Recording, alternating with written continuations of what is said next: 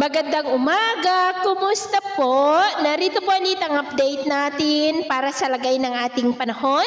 Ngayong umaga po ng January 31, 2025. Sa ngayon po ay umangat ang hanging amihan at ang shear line at nakakaapekto po ngayon dito sa Luzon, lalo na sa silangang bahagi amihan, ang nakakaapekto sa Northern Luzon at shear line sa may silangan ng Central Luzon at Southern Luzon, habang mainit na hangin na tinatawag natin na easterlies na mula sa Pacific Ocean ang umiiral po ngayon lalo na sa silangan ng Visayas at Mindanao. At sa atin pong long range forecast, consistent pa rin naman po na walang bagyo na namamataan na tatawid po dito sa ating kalupaan for the next 2 weeks, pero hindi pa rin inaalis ang posibilidad na may LPA na mabubuo sa susunod na mga araw sa silangan ng Mindanao, lalo na at umiiral na ang Intertropical Convergence Zone at ang development ng maya na ating babantayan. At sa lagay ng ating panahon, ngayong madaling araw po ay maayos ang panahon sa malaking bahagi ng ating bansa, pero may chance pa rin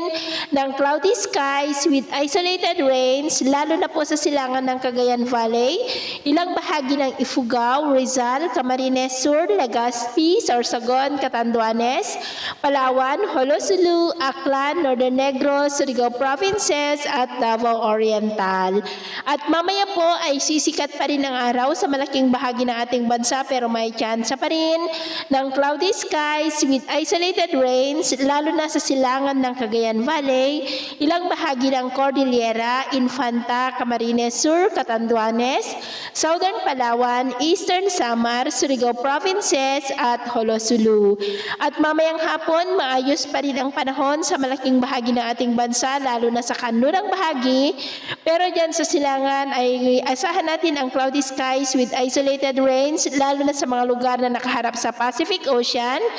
Mula po dito sa silangan ng Cagayan Valley, ilang bahagi ng Cordillera, ilang bahagi ng Central Luzon, Metro Manila, Calabarzon, Camarines Provinces, Catanduanes, Eastern Visayas, Palawan, Sulu Archipelago, Caraga at Davao Region, kaya mag-ingat pa rin po tayo.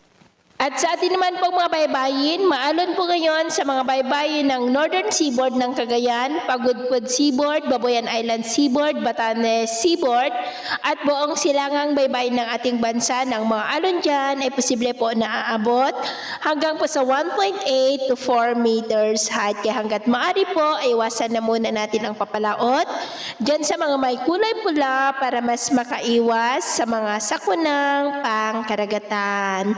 So, ito po ang latest update natin sa araw na ito. At ako pamuli si James na nagsasabing sa kahit na pagsubok po na darating sa ating buhay, huwag na huwag po tayong mawawalan ng pag-asa. Thank you and God bless!